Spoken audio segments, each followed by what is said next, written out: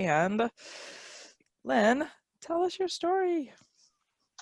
So I'm a lifelong swimmer, but not competitive or swim team.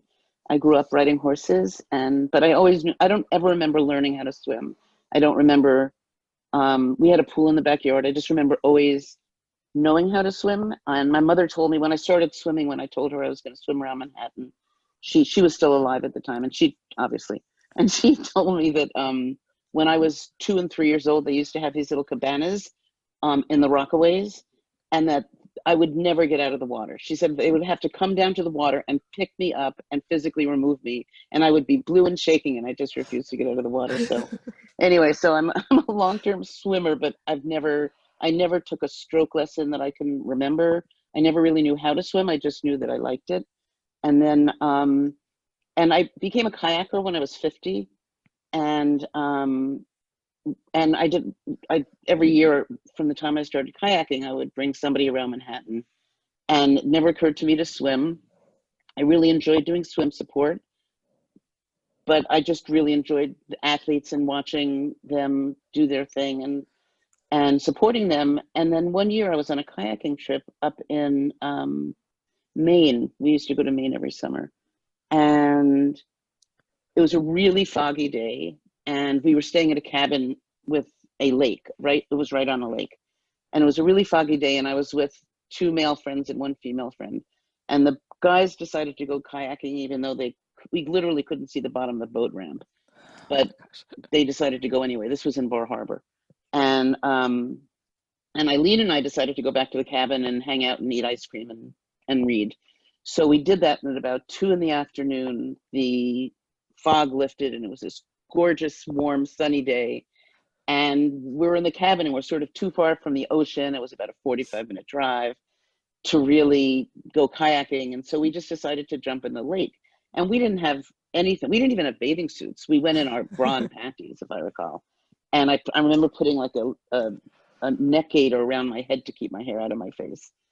And there was a little island, maybe it was a very small pond. It was like a mile long. And there was an island about a quarter mile away, maybe an eighth of a mile. And I said, let's just swim to the island and back. And Eileen, the friend I was with, was a pool swimmer, and she would, for exercise, go to the pool. So we started swimming, and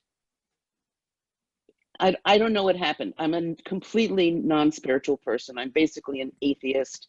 I have anyway, what happened was I just fell in love. I just started swimming, and something happened to me, and I was literally in love. Like I had the same feeling you have when you meet somebody and you just know you're gonna be with, that butterflies in your stomach. It was insane, and I've never had that experience before. I'm also like an utter non-athlete, and aside from horses, and it was just an amazing experience. It was literally a transformative experience, and probably the first one in my life. And so we got back to the cabin, showered, and I just started Googling pools in Manhattan, and because it was September, this was a Labor Day trip, and I basically tried out every pool in Manhattan and found my favorite, which was Asphalt Green. And I'm really, really non-competitive. I'm sort of anti-competitive, which is a really good thing how I swim. And Asphalt Green had these beautiful, beautiful facilities. They had a 50-meter pool. They had a sauna. They had a steam room. Everything was sparkling clean. And I didn't even know what a master steam was at the time, but it turned out they also had a master steam. But then there was Red Tide, who's an amazing team, and my paddling partner's wife was a Red Tide member, and she was really encouraging me to join their team. And they swam at the first pool in New York I swam at, which was John Jay, which is undergoing renovation now, but it was a hellhole in my estimation. I didn't want to touch the walls in the shower, and the pool. We went to the pool after, and I'm sorry if there's any Red Tide people on it. I don't think there are. We went into the pool after there was this running in the water class. So you couldn't see the other end of the pool, and it was just gross. And to me, and I tried a bunch of other pools because there were a lot of pools in New York that were less expensive than Asphalt Green. but I chose asphalt green just because it was amazing, and I was really happy. And I swam the whole time I swam in New York. And so I spent the winter. I joined Masters. I found out that Masters didn't mean Masters; it means over 18. So I went to the coach, and his name was Jonas. And I asked him if if he thought I could join, and he said he gave me a lane with one other guy who was new. They had this try out the Masters team Thursday. So he put me in a lane with this other new fellow who was trying the team out, and I swam, the workout more or less. I mean, I don't think I could keep up with everything they were doing, and I didn't know the vocabulary, so I still don't know the vocabulary. But anyway, so the other fellow in my lane literally almost drowned. I mean, they had to literally like physically take him out of the pool. Oh no. So I ended up having the lane to myself. So I swam the Masters workout. And at the end, I said, "So how did I do?" And the coach said, "Well, you weren't the worst swimmer in the lane." That was his comment to me. So that was a little depressing. Yeah, And seriously. but I joined the team anyway, and I really enjoyed it. And so on set, like I never wanted to, and I was the same way when I was kayaking. When I started kayaking before I bought my own kayak, they could never get me out of the water. I would always sit, and because I would always go after work and watch the sunset and just sit in my kayak, and they would have to get mad at me before I was willing to get out of the water.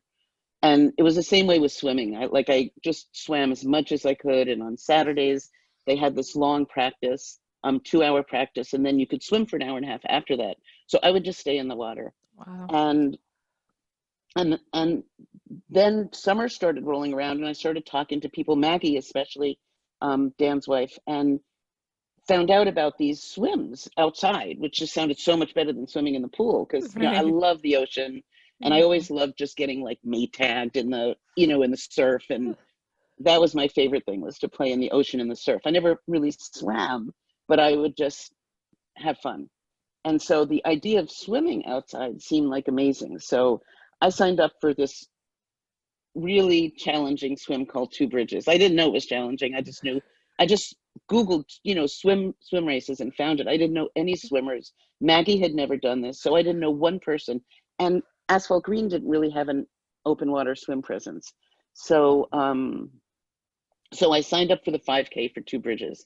And you go around Two Bridges, and on one side is against the current, and on the other side is with the current. Mhm. So I don't know. I know Janine's done it, but anyway, it's a beautiful area. It's Poughkeepsie, and the Hudson up there is really beautiful. So I signed up for the 5K because I did 5K every weekend Right. in the swimming pool. So I just figured. So the race starts. Oh, and Maggie told me to look up Abigail Fairman. So she was there, and she said, "You can't miss her," described her to me. So I found her online, and I introduced myself. I told her I knew Maggie and why. And she's like, "Oh, hi, what other swims have you done?" And of course, the people with 5K had one color swim cap, and the people that signed up for 2.5K had a different color. So so I said, this is my first swim. And she said, "And you're doing the 5K?" And I said, "Well, I do it every weekend, so I figured it would be okay." So everybody starts together, and we start the swim, and I'm swimming along, and I'm pretty happy. I'm just swimming. And all of a sudden I see a red kayak next to me, and I look up and I said, "Hi, how are you doing?" And she said, "How are you doing?" I said, "I'm fine." And I look around, and there's nobody there. There's not one swimmer anywhere near me. And I said, "Where is everybody?" And she said, "They're gone." So I was like, "Oh wow, I'm really slow." And I said, "What's that?" And I pointed to this ball up ahead, and it was the starting buoy. I'd been going backwards Oh in my the gosh. current. So I tried to make it to the starting buoy, and I was unable to do it. So I just sort of made my way to the shore, and that was my first open water race. It was utter humiliation, but I Oh didn't my mind. It was fun. I got to be in the water, god. and Wow. was a little bit. I was surprised. Like this was not what I expected at all. Right. So Right. so I said, well, maybe there's more to this than I think. So uh, a couple of weeks later, there was a 1 mile swim that was a fundraiser for ALS. And I used to work at the ALS Center at Columbia, and so it was a great event. They only did it once. It was an event that had taken place in Holland, and this they called the New Amsterdam ALS Swim, and it was 1 mile with the current. I jumped in with a friend, and it was over in 20 minutes. It was great, and so that was fun. I felt at least I finished the swim, and but it wasn't really long. Like 20 minutes in the water wasn't enough. So then I heard about this swim in Narragansett Bay. It's called Cross the Bay, and it's in Rhode Island, and it's a fundraiser to clean up the bay, to clean up the waters there. So I signed up for that, and that was a 2.5 mile swim, if I remember, a 2 mile swim. I've got my little diary here. It was a 2 mile swim, and I did that and finished that. It was really fun because you went along the Jamestown Bridge, I think it is, and it's just a beautiful bridge, and the water is gorgeous, and they did all these waves, and that was a good learning experience. I learned never to have bacon and eggs before a swim. But it was really, really fun, and I finished that swim and just felt amazingly happy afterwards. And then we all went kayaking in Newport, which was also incredible. So that was a really fun day. And then I think on Marathon Swim Forum, or maybe the USMS site, I saw a post by Diane McManus, and she was talking about the Maggie Fisher swim. So I signed up for that. I think I'd signed up for that over the winter time. And I signed up for that swim and did that swim. Really, really fun. I was able to actually get a kayaker for Diane. So two of my buddies, my kayaking partner and then another kayaking buddy, came out and did that swim. And that was 5.4 miles, I think. Wow. And that was really fun swim. It was beautiful. And you swam from Fire Island back to Long Island. So it really had the feeling, like unlike the Hudson, the 2 mile Hudson swim, or even the Narragansett Bay swim, this really had the feeling of open water. Like there was current and there was chop, and it was just, and I expected to be like completely wiped out at the end. In fact, when it was over and we all had ice cream and the ceremonies were done, I went to the car and I said, I'm just gonna go to sleep in the back. And I lay down and I'm like, I'm not tired at all. Like I just felt fine. So I don't remember when exactly I signed up for Bermuda, but then I went to Bermuda that year and I did the 10K in Bermuda, which was amazing because that was the first like marathon swim. And by this time I was completely like into reading every post on Marathon Swimmers Forum, and I signed on every day and was just getting all this great advice from all these amazing, it's an amazing resource. And of course that was around the time of the Dianite controversy too. That was a little overwhelming. But anyway, yeah. I think that was a really unbelievable swim for me. Like I was so, and I only wanted to finish. Like I didn't care about time. I can't swim fast anyway, but all I really, really wanted to do was conserve my energy so I could make it. I didn't know anything about feeds. I didn't have any feeds on any of my other swims. I had drinks, I had I think I had Gatorade on the cross bay swim, but I didn't have a gel. And they had water stations and Gatorade stations all around, but I just drank water. And at the end of that swim, I took 4.5 hours to do it. I'm really slow as it was, and I was really slow on that swim just because I was so determined to make it and felt like I just had to really conserve my energy. So I got out and I was starving, and like I was lucky to catch a bus back to the hotel. They were done. They were done with the awards. Everybody was finished. The food concession, all the food was gone, and Janine saved a hamburger for me. It was ice cold, and it was delicious. It was so good. I was so grateful for that. And then that last swim that year was the St. Croix reef swim, 5 mile reef swim, which was gorgeous. That was amazing. It was challenging for me though. There was a lot of side chop, but it was just really, really fun. And I lived on St. Croix for about 10 years. And so I saw a bunch of old friends and was able to visit my house. I actually had a house there, then I've sold it since, but it was just a really great, it was a great fun trip and a perfect way to end the season. So that was my first season. That's awesome. Why do you It think you was keep fun. coming back to marathons? I I I don't know the answer to that. I think so. I mean, I really like being in the water, and I like being in the water for a long time. What's a long time for me? Hmm. Um, and I don't know yet where I'm going. Like I just don't know yet. I really like swimming a lot. And I love going to places. Like I would go to Bermuda in a second. Lido Key is one of my favorite swims. I just love it there. And I love Kingdom Week. The next year I did Kingdom Week for the first time, and that was just mind blowing. It's I know you're going to ask at some point what my favorite swim is, and that is definitely my favorite swim. It's like my favorite week, Yeah, and yeah. I love doing it. It's really just amazing. It's I mean living up here may be a little bit different, but driving up from New York and doing all those swims and What was the first year yeah. you did that, the Kingdom Week? The 2016 was the first Okay. year. Yeah. Yeah, yeah, it's And it was become really fun. Yeah, my first swim year was 2015. So I started okay. swimming really Wow, at 60. I mean, I started my first year swimming was I was 63. wow. So I'm a really late bloomer. Really. That's a lovely story, though. I try to get my yeah. I think it's a lovely story. I love it. How Thank do you you. describe the feeling of completing a marathon swim? Um, it feels really good because I never know if I'm going to finish. So whenever I do, I'm so grateful and so happy. And, you know, yeah, it feels great. Yeah, Nothing feels as good as the very first one.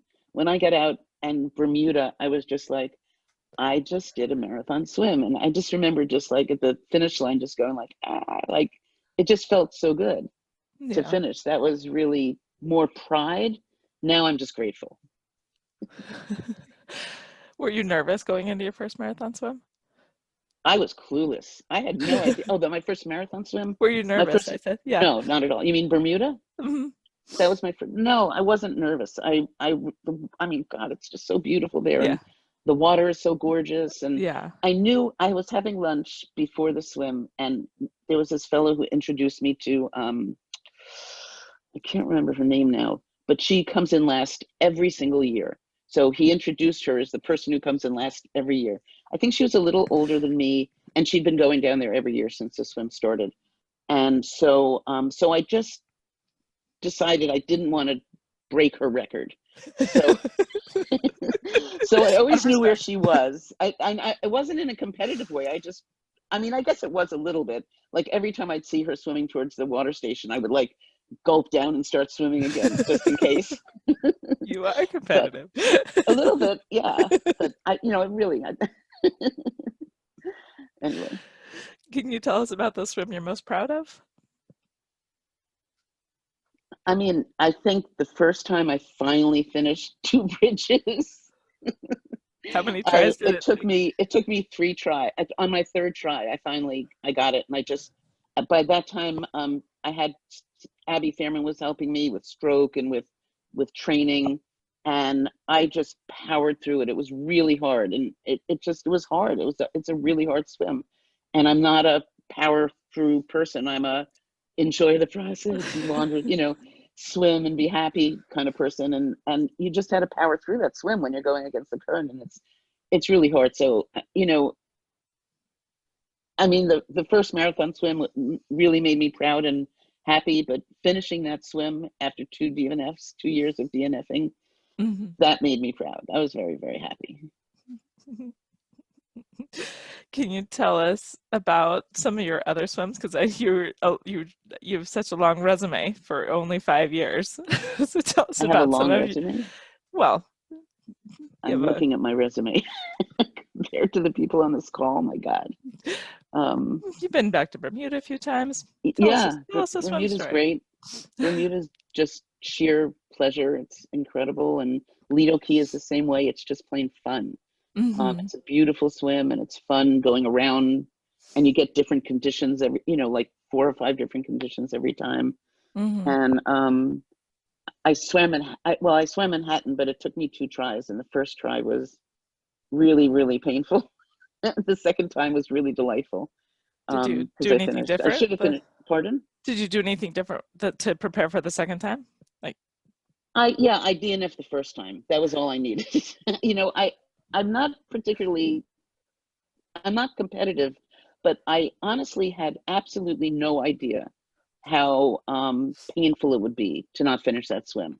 I Mm. didn't expect it, and it was over so fast. And what happened was there was a west wind, and I'd been having trouble with my, something happened in my hip. It turned out I had a, a avulsion in my hamstring, but at the time I had no idea because I didn't really have pain, but something happened to my right leg, and I didn't know what it was, and I was just really put out. The whole, it happened at it happened at Hell's Gate, and I'd had this heavenly swim. Like if you asked me what segment of a swim was the best swim, it was the East River, because I it was just this dreamlike flight up the East River. The current was so strong. And I lived on the east side of Manhattan almost all my life. And I worked on the east side of Manhattan most of my life. So it was like a little memory thing. Every time I breathed, I would see a building that either I dated somebody or I lived in. Wow. I went by 3 places that I worked. So it was just this incredible, I don't even, I mean, it felt like it took 10 minutes. I Hmm. have no idea how long it took. It was just this happy, memory filled, it was more like a flight than a swim. I was just flying. And all of a sudden I got to the Harlem, and something happened to my leg, and I couldn't kick. Like I couldn't really use my leg properly. So I was a little like I was kind of trying to figure out what was going on. And it just preoccupied my mind and put me in a little bit of a bad space. So I turned out fine. Like by the time I was about to go into the Hudson, I was swimming fine. Nothing hurt. Both legs worked. I was kicking okay. And then I had told Dan, my paddling partner, that I wanted to be in the middle of the channel. As to the degree that they would let him take me there, I wanted to be as far away from the sewage treatment plant as he could get me. But there was this really strong wind, and we just ended up. I think a jet ski came by and just said, "You have to get her out of there because there are these icebreakers there." And so, because the current was so strong, so I had to really sprint out, and I sprinted as hard as I could, and I was mad at Dan. It was one of those meltdown moments that I hear everybody has, but I wasn't really inclined towards. But I'm like, what the hell were we doing there? What? And he said, you know, the wind was blowing. I honestly don't know what happened there, but the jet ski was there, and this is the thing I learned from that swim is just swim. Don't ask questions, because I asked a question, and I knew the answer to the question. I just didn't know it at that moment. Hmm. And I said to one of the jet skiers, when does the tide turn? And he said 4:30. It was four. It was, I think it was 4 o'clock at the time. He said the tide turns at 4:30, and I said, then I'm out. There's no way I'm making it. And I just jumped on the jet ski, and it was over. And if I thought about it for a second, or if my kayaker had thought about it for a second, what he gave us was high tide. I mean, low tide, and you had another hour and a half after that. So Mm. I actually would have made it if I'd stayed in the water and shut up. So I learned not to ask any questions, to, you know, and that was really frustrating. It happened so fast. And Yeah. I also learned to like think it over if you're in that space, Yeah. that you're just like, I've had enough. Because I mean, that hasn't happened to me since, but I think if I do longer swims and I'm trying to increase time and distance in the water, that will happen again. That Hmm. negative, frustrated, Yeah. in pain, whatever it is. And, you know, so that was a good learning experience. The second time was pretty amazing. So And you didn't get to that space where I you. never got to that space. I was with a different paddler, um, and and also I had Abby Fairman, who helped me around. She coached me in the year before, and she just told me there's no fucking way you're getting on the boat, so don't even think about it. Excuse my language. And that helps to know it's Yeah. not an option. But I had a pretty happy swim. I was having shoulder pains. I was getting cortisone injections Hmm. for swims before I did a long swim, because I had a lot of shoulder, and I had just schmutz and damage and stuff. But I wanted to finish the season out. And I did, so I got to do everything I wanted to do that year. I didn't finish everything I wanted to finish, but I got to do everything I wanted to do. Yeah. Um, so yeah, no, it was a happy swim, and the East River was amazing. In fact, the Hudson was so fast, they had to slow us down at the cruise ship terminal. They Oh, said if you just have to take it easy, and oh, kitty. So they told us that you just had to take it easy because if we got too fast the I think yeah, if we got too fast to the battery, that the East River would be against us, oh, and got I it. couldn't swim against the current. So yeah, Wow, that sounds like a fun it was experience. fun. Someday I want It to was a swim fun around swim. I was Manhattan. happy to finish. Nice. Um, Tell me a little bit. So you said you started kayaking at 50. I'm curious what provoked you to all of a sudden start kayaking. Oh gosh, I'd always wanted. So I was married to a person who didn't want to go kayaking, and for years we would see a kayak go by on the car, and I'm like, Jim, let's go, let's try it out, and he just had no interest in it. And so when we got divorced, the day we got divorced, I moved. I signed the paper, moved up into the 26th floor of an apartment building overlooking Mill Rock, and that happened to be a day where there was a Mims swim, and I was looking out the window, and I didn't see the swimmers actually, but I saw the kayakers, and I Kayakers. said to Lynn, who was my new roommate, her name was Lynn also, and she was really great. She was from the South, and she was a redhead too, and I said, Lynn, do you want to go kayaking someday? And she's like, absolutely. So it was perfect. So I, got online and I found an outfitter, and we went down and we took Paddle Basics 1, and I was completely hooked. I had kind of not quite as powerful, but from when I pushed off the dock and just started using my paddle, I had like a little bit of the same experience that I had when I started swimming in Hmm. that lake, which is I just knew that I was going to be kayaking all the time. Yeah, my nickname is All in Lynn. That's a little bit of a nickname in the paddling community for me. So, I love it. Are there any lessons you had from kayaking for swimmers that you carried over into your swimming career? I still do kayak for swimmers. I still really enjoy doing kayak support. Hmm. Um, just I don't know, just ask them, stay with them, ask them. Don't use too many ropes. One rope per boat. That's a good one. It's really a good one. I can't. Yeah. Anyway, yeah. I mean, yeah. Just talk to your swimmer and find out what they need, Yeah, and give them that. no, that's the courteous kayaker thing to do. What about hard situations? What do you do when the going gets tough, either on the kayak or in the water? Well, that one time was hopefully not illustrative of my general demeanor when bad things happen, but I I I have I mean, I can get frustrated or but I think I just try now, since that first Manhattan swim, to just shut up. I just shut up. Like, it doesn't do you any good to get frustrated, and it can spiral so easily. So my goal is to just shut up and keep my face in the water, and then I can't get into trouble. I know I can't get in trouble if my face is in the water.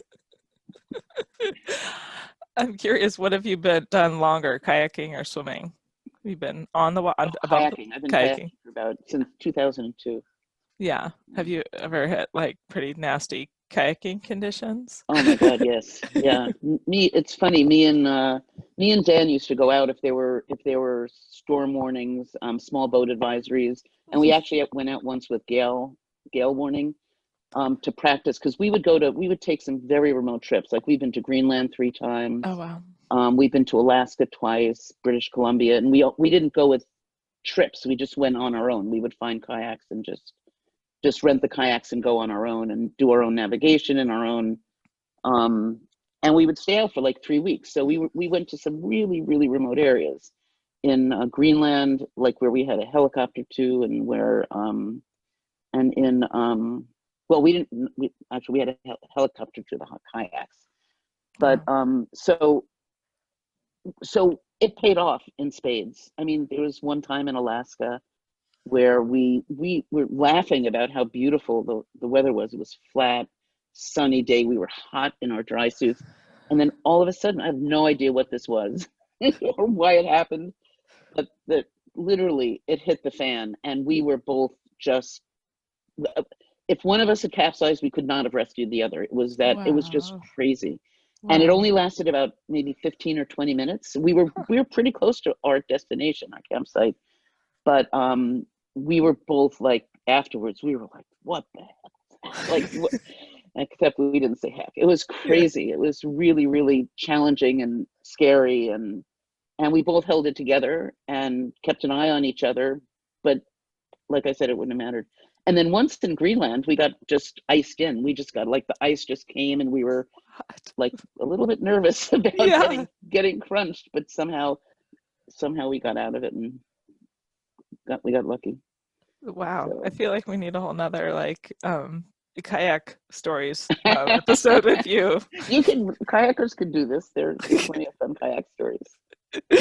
Yeah. What's been the worst part of pandemic for you? Well, I mean, February and March and April when it was hard to swim or impossible to swim because it's Hmm. cold here. That was the hardest. I'm very lucky. I don't feel.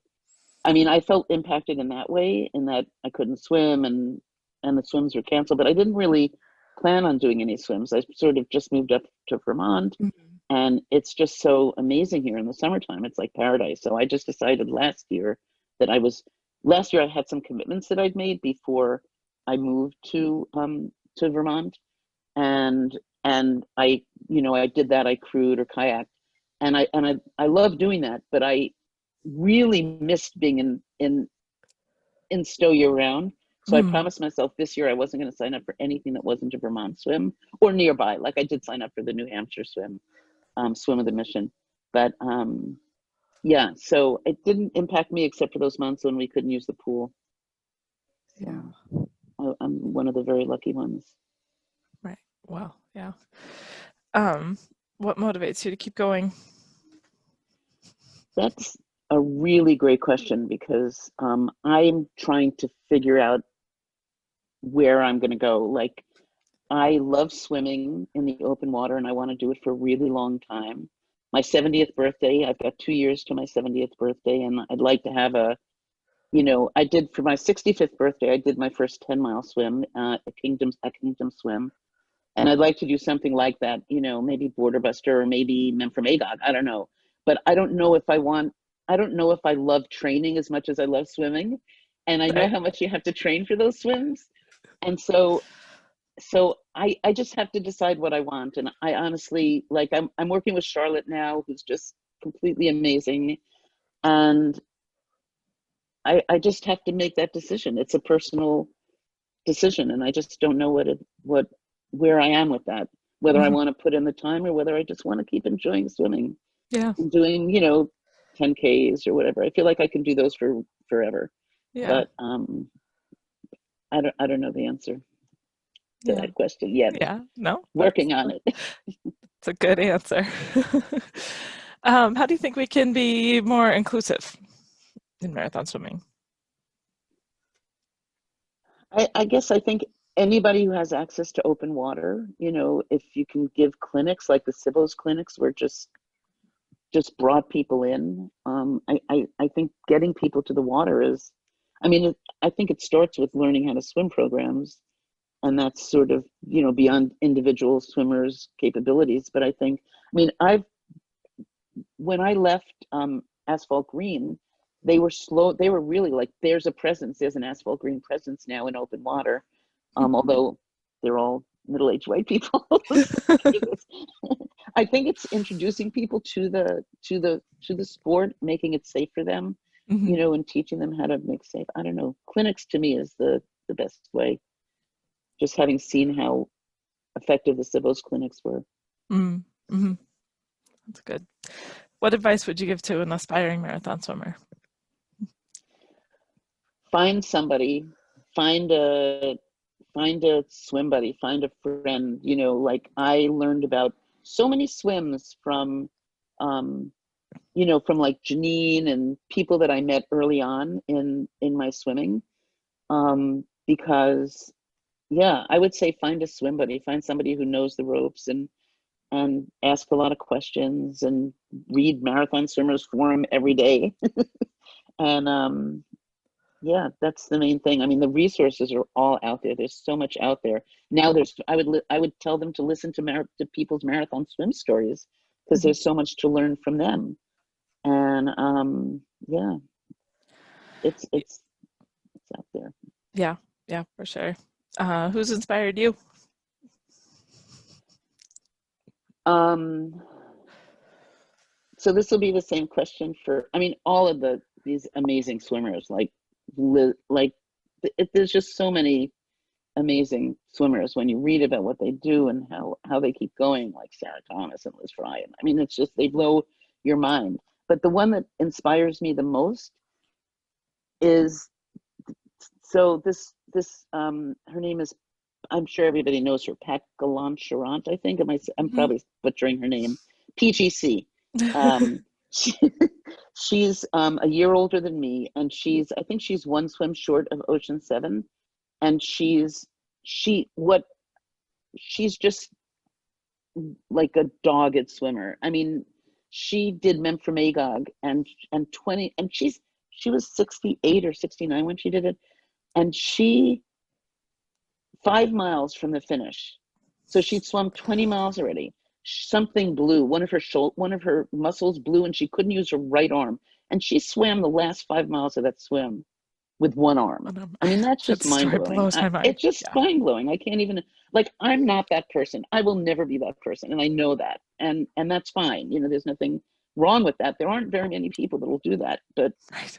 that to me is just, and she's not necessarily, I don't mean she's inspiring me to be like her, like I could never, Right, right. but it's just such an amazing thing to me when I saw the video of her swimming one armed. Just like, oh my god.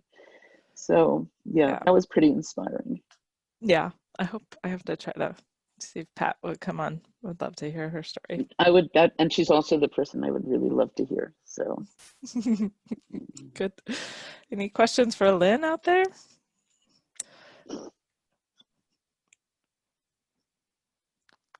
Bridget made a comment about the making marathon swimming be less superhero, I think, which is part of, I think, why I started Marathon Swim Stories. Is like I want people to know that anyone, any yeah, background, people can be marathon swimmer. and age, any Yeah, background in any age. At any exactly. age, absolutely. Lynn, your attitude is awesome. I just love it. Just swim. Do the long swims, just swim. The training thing cracks me up because for me, I'm very unorthodox in my approach in that I just swim. It's just the next long swim.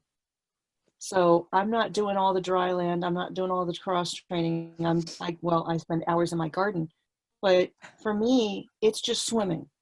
It's just one more swim, which maybe doesn't work for everybody. I don't know, but I love to hear you talk about the happy swims, you Mhm. know, and I think getting into it later and at any age and then it being approachable. I mean, that was the biggest question after my big swim was, how did you do it? I could never do that. I'm like, well, do you want to? And Exactly. most people just never thought of it as an option. Right. Exactly. And if we could say that this is actually an option, that you actually can do this, you Mhm. know, there's more than just the parameters of the lake beach area. You Yeah. know, that water keeps going and we can too. I think that might help, but that's Yeah. just me. I have one more question for Lynn. What about has becoming a marathon swimmer empowered you in any way or carried over to other areas of your life? Yeah, I think some of my favorite people now, people I hang out with and swim with, are swimmers. And instead of paddlers, I used to hang out with paddlers over. I mean, my paddlers still come up and visit me, but and there's a paddling community here that I tied into that if I could get my kayak on my car by myself, I would paddle with them much more often.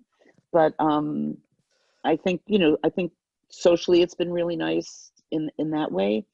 And I think So I like to cross country ski in the wintertime, and the swimming and biking also. So when I lived in New York, I would take the bike path up from our boathouse up to Washington Heights where I lived. And it's called in the Heights because there's this wicked freaking hill on the way up to get to my apartment. And every summer it would take me about, I would go every weekend. I would ride down every weekend. And every summer it would take me about a month. So before I could get up that hill without stopping. And the year I started swimming, I had a birthday party in May. So I started swimming in the pool. I found the pool and became a really steady, like everyday swimmer in about November. And then I had a birthday party in Central Park in May, and I rode my bike down to it, rode back home, and I rode right up that hill. I didn't expect it. I'm like, okay, let's see how far I get. And all of a sudden I was just at the top of the hill. It blew me away how much it changed without me. I mean, I wasn't any thinner. I didn't look any different. I didn't feel any different, but wow, it was amazing. I was really, really impressed. So I really try to get people swimming now because of that. Lynn, yeah. would you have moved to Stowe? It's me. Hi. Would you? Do you think you would have wound up in Stowe had you not been a swimmer? Good point. Absolutely not. Yeah. I mean, just like you're going through now, swimming. I mean, I was introduced. I mean, the Kingdom Week was just amazing, and I was an ocean person. I always liked swimming in the ocean, and I have so much buoyancy, natural buoyancy, that I don't even notice a difference swimming in a lake and swimming in an ocean. Exactly. Come Same to thing. Ticonderoga. What? Come to Anyway, Ticonderoga.